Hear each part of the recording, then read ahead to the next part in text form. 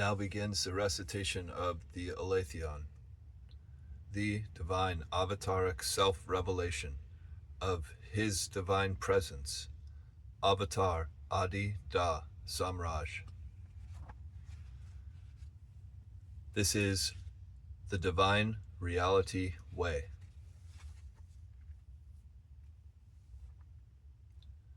One, I am not merely on one tribal side or another.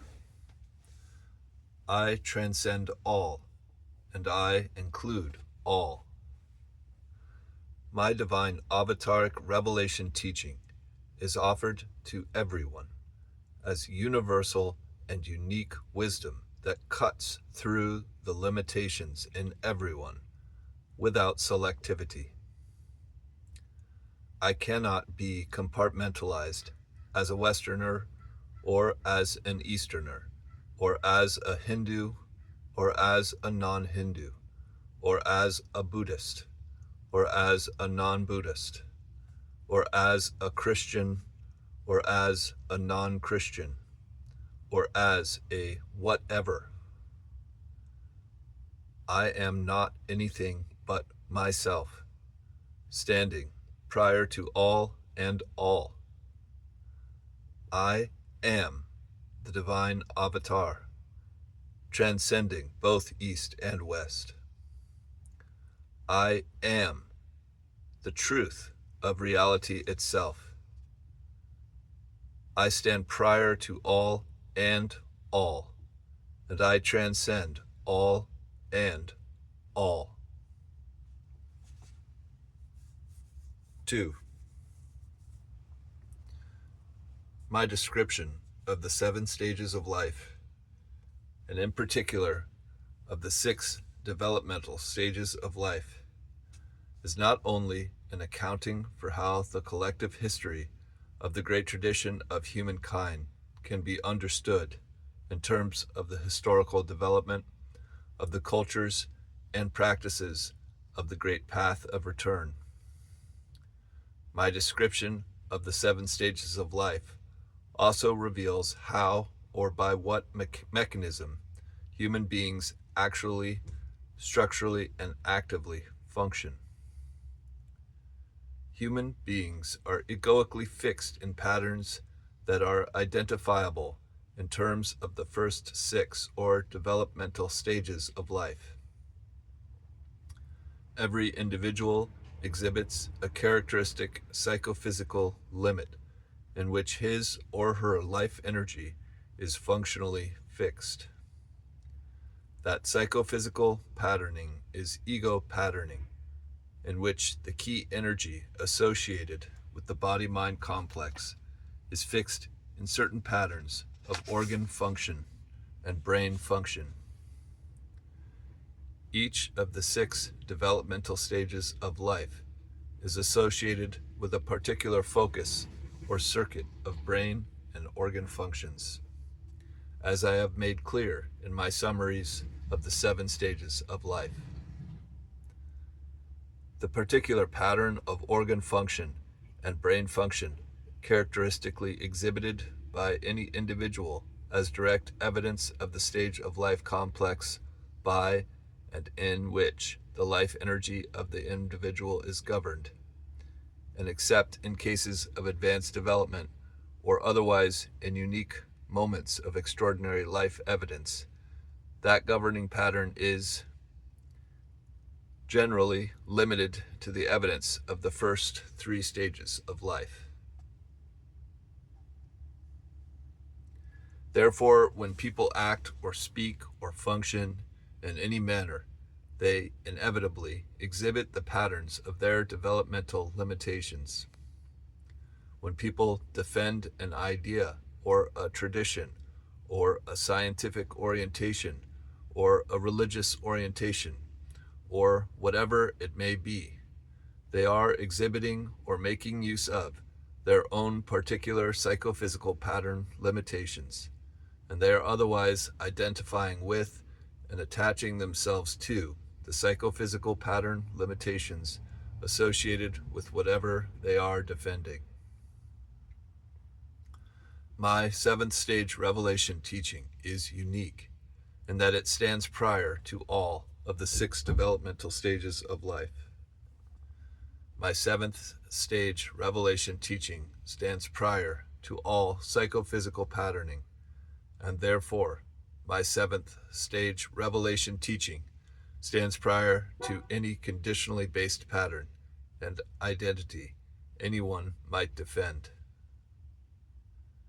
Therefore, my revelation word and I, myself, stand prior to whatever conditional cosmic and psychophysical patterning an individual may be fixed in, however low or high that pattern might be in the scale of human development. The revelation of the reality way of Adidam, or Adidam Ruchiradam, is not a stages of life revelation. The reality way of Adidam is the 7th stage revelation. Thus, the reality way of Adidam stands prior to all conditional or limiting references, including every kind of pattern limitation of fixation in the body-mind complex, in which the organs, the brain, and the nervous system are structured in characteristic patterns that are identifiable with reference to the 6 developmental stages of life. Reality itself is prior to conditional, cosmic, and psychophysical patterning. Therefore, the reality way of Adidam, which is the way of reality itself, is prior to conditional cosmic and psychophysical patterning. If you truly enter into the reality way of Adidam as my formally practicing devotee, all conditional, cosmic, and psychophysical patterning is thus and thereby made obsolete. The reality way of Adidam and I myself stand prior to all conditional, cosmic, and psychophysical patterning. Therefore, if my devotee takes his or her stand in the disposition, the context, and the language of my 7th stage revelation, he or she is, in effect, not in a struggle with anybody. In that case, my devotee is not speaking at something or in the context of something ego-bound that must defend itself.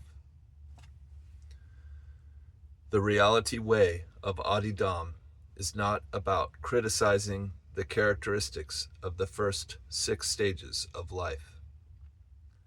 The reality way of Adidam is about my 7th stage divine avataric revelation of the divine reality truth.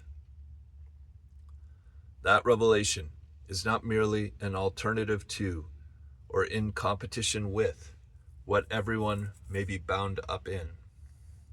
Rather, that revelation stands prior to whatever anyone may be bound up in. The divine reality truth is never itself limited and defined by any circumstance of appearances.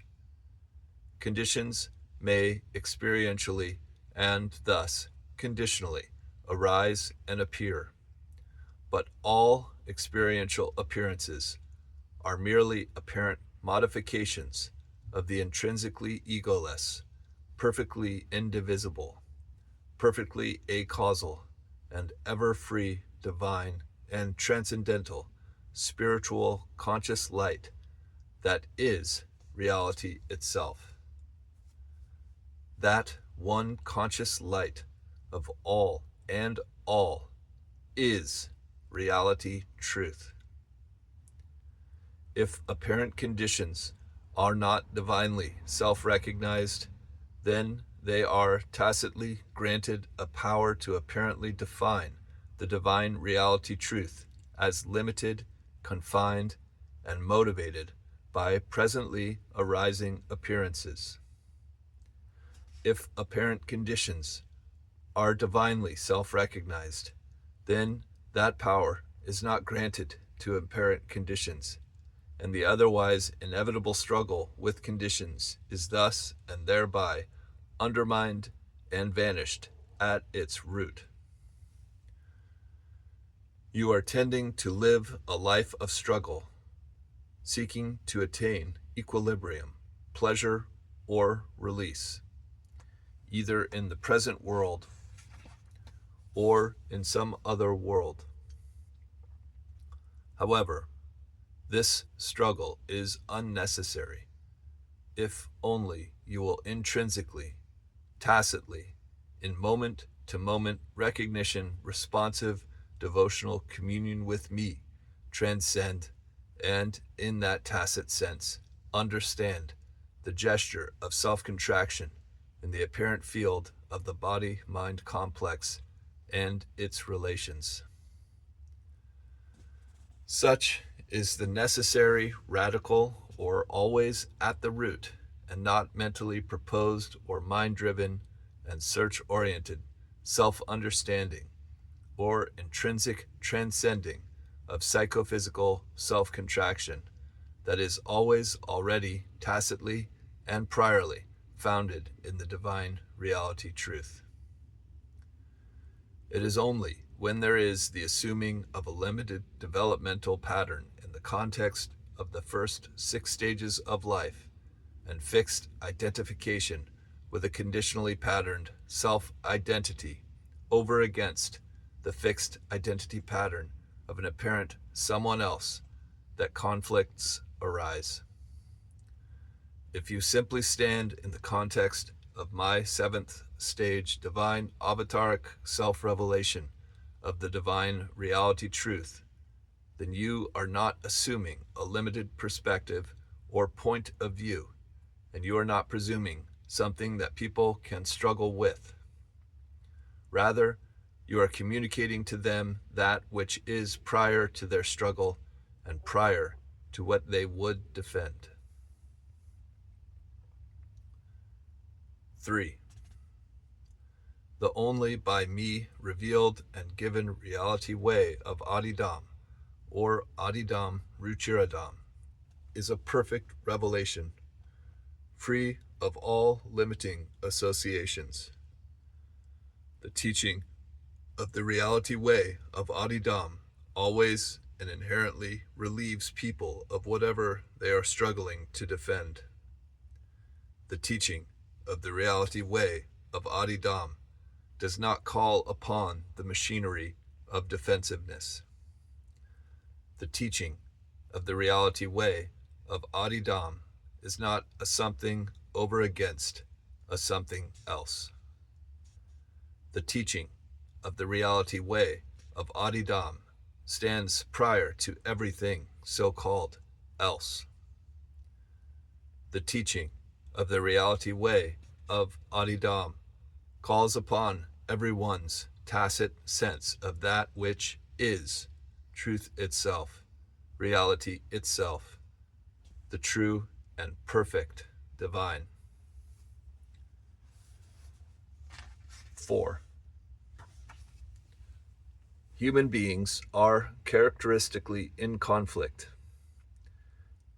Every functioning ego on earth is one of the mad Christs of Ypsilanti, or a self-presumed absolute, confined in a single room with countless other self-presumed absolutes. Everyone defends his or her limited psychophysical patterning. People are not even aware that they are wrapped up in limited psychophysical patterning. They have all kinds of self-imagery to the contrary. They think they are some kind of a free absolute that is functioning without limitations. They do not understand that what they are actually and constantly manifesting is a self-organized psychophysical pattern or ecosystem of specific and repetitive self-limitations. Furthermore, for the most part, People are manifesting a pattern at the lowest possible level of adaptation in the context of the first three stages of life, identifying with and defending a conventionally patterned gross mechanism. Therefore, the manner in which people animate their conflicts with each other tends to be very gross or mentally and emotionally bound to a gross physical point of view. It is not possible to change the complex of psychophysical patterning and self-identification in any kind of immediate sense. You cannot merely argue or manipulate people out of that patterning. Any attempt at mere argumentation or manipulation only involves more conflict and struggle.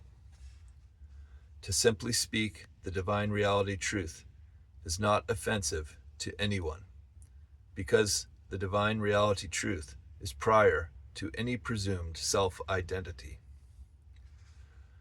Prior to psychophysical identification with any limitation. To speak the divine reality truth is not an argument with any developmental stage of life pattern of bondage and adaptation.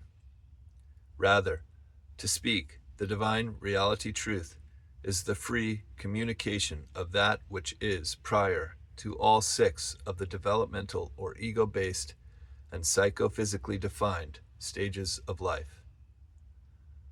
I am prior to any and all forms of psychophysical patterning. Therefore, anyone can immediately respond to me. There is no process of purification or transformation or development through the successive stages of life that is required in order for someone to respond to me. Given the free space in which to do so, anyone can respond to me. That free space is the space without conflict, without competitiveness. It is simply the transcendental space of reality itself. My revelation teaching does not contradict anybody's point of view or proposition or identity or tradition. My revelation teaching is the divine reality truth of all of that. My revelation teaching stands prior to all limitations.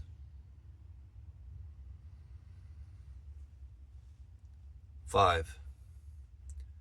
Anyone can practice the only by me revealed and given reality way of Adidam, because the reality way of Adidam is prior to all limitations. Anyone can respond to me directly and immediately. That is why the practice of the reality way of Adidam is effective. That is why devotion to me is fundamental. No great path of return is required in order to enter into the divine reality way of Adidam. The only by me revealed and given divine reality way of Adidam simply involves direct and whole bodily and recognition responsive devotional turning to me. Right and true devotional turning to me utterly bypasses and thus intrinsically transcends whatever ego bondage is the case for any individual. It is not possible to talk people out of their bondage or to somehow engineer them out of their bondage. The many years of my own efforts of teaching submission are the proof that such struggle does not, will not, and cannot work. It does not work to attempt to engineer people into the seventh stage truth, the divine reality truth, by having them go through the first 6 stages of life as a preliminary or a great path of return. The 7th stage of life is the divine self-demonstration of reality itself. The 7th stage of life is not seventh in the sense of following the first six. The seventh stage of life is beyond and prior to the first six stages of life. The seventh stage of life has nothing to do with stages of life. The seventh stage of life is simply the perfect self-demonstration of the divine reality truth, the truth of the divine reality revelation. Therefore, anyone can directly and immediately respond to me and take up the radical reality way of Adidam, because it does not require going through a great path of return in order to do so. Right and true practice of the radical, or always at the root, reality way of Adidam is not a strategic or seeking method. The radical reality way of Adidam does not exploit the principal seeker's method, which is a combination of acquisitive extroversion and disassociative introversion. The radical reality way of Adidam is not about acquisition of what is not self. The radical reality way of Adidam is not about disassociative introversion upon self. The radical reality way of Adidam is about the intrinsic transcending of self, of not self, and of the difference between them. The radical reality way of Adidam is about the tacit, searchless, and intrinsic transcending of both self and not self, an intrinsically egoless, perfectly indivisible, perfectly acausal, and self-evidently divine reality itself, which was and is before anyone's search, or even any culture's religion, begins. The always already self-presence of reality itself is the secret upon which right and true practice of the only by me revealed and given radical reality way of Adidam is founded. The only by me revealed and given radical reality way of Adidam is the divine and prior and perfect and complete way of reality itself.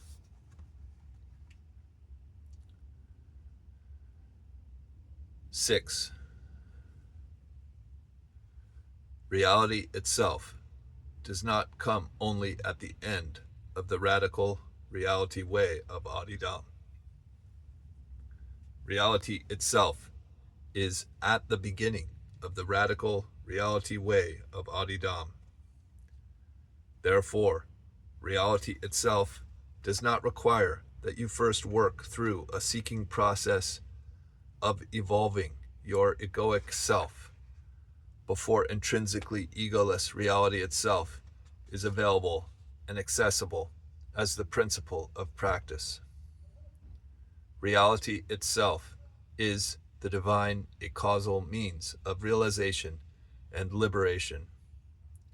Reality itself is the only by me revealed and given divine and radical reality way of Adidam, or Adidam Ruchiradam.